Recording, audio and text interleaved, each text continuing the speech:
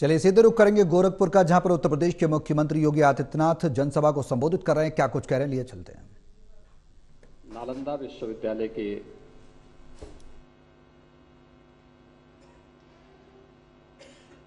सम्मानित प्रोफेसर श्री रविंद्रनाथ श्रीवास्तव जी, इस राष्ट्रीय संगोष्ठी के संयोजक प्रोफेसर द्वारकानाथ जी, सह संयोजक प्रोफेसर हर्ष कुमार सिन्हा जी, दीनदयाल उपाध्याय गोरखपुर विश्वविद्यालय के सभी सम्मानित आचार्यगण, अन्य सम्मानित अतिथिगण,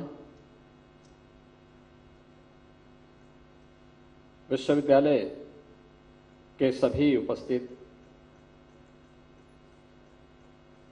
देश की युवा शक्ति के प्रतीक हमारे युवा साथियों, छात्र छात्राएं, विश्वविद्यालय को हीरक जयंती वर्ष के अवसर पर इस महत्वपूर्ण राष्ट्रीय संगोष्ठी के लिए मैं हृदय से बधाई देता हूं और इस संगोष्ठी की प्रासंगिकता इसलिए भी महत्वपूर्ण हो जाती है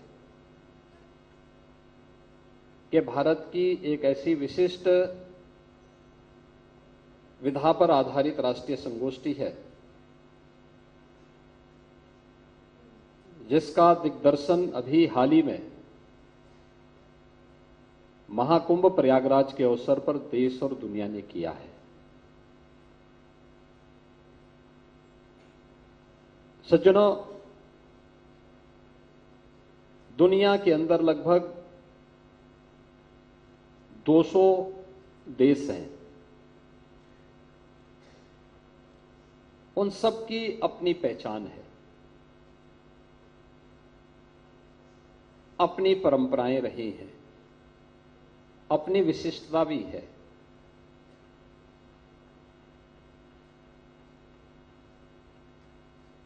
उपासना विधियां भी बहुत सारे देशों की मिलती जुलती भी है, लेकिन उस सब के बावजूद भी उनमें मत भिन्नता भी है।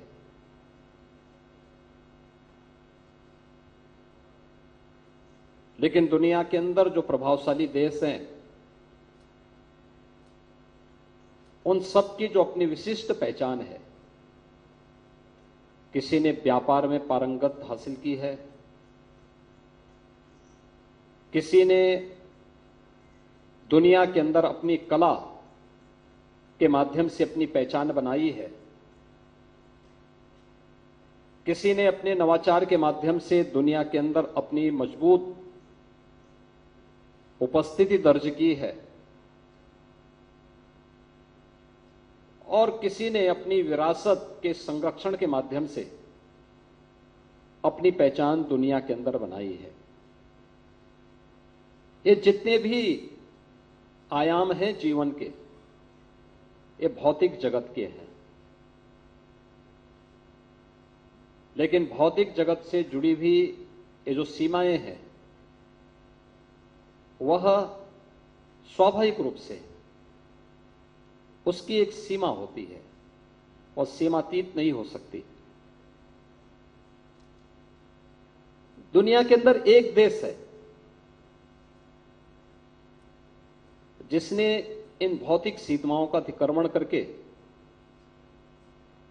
चेतना के उस उच्च आयाम तक पहुंच करके न केवल इस भौतिक जगत की बल्कि ब्रह्मांड के उन रहस्यों को भी उद्घाटन किया है, और वह देश है हमारा भारत।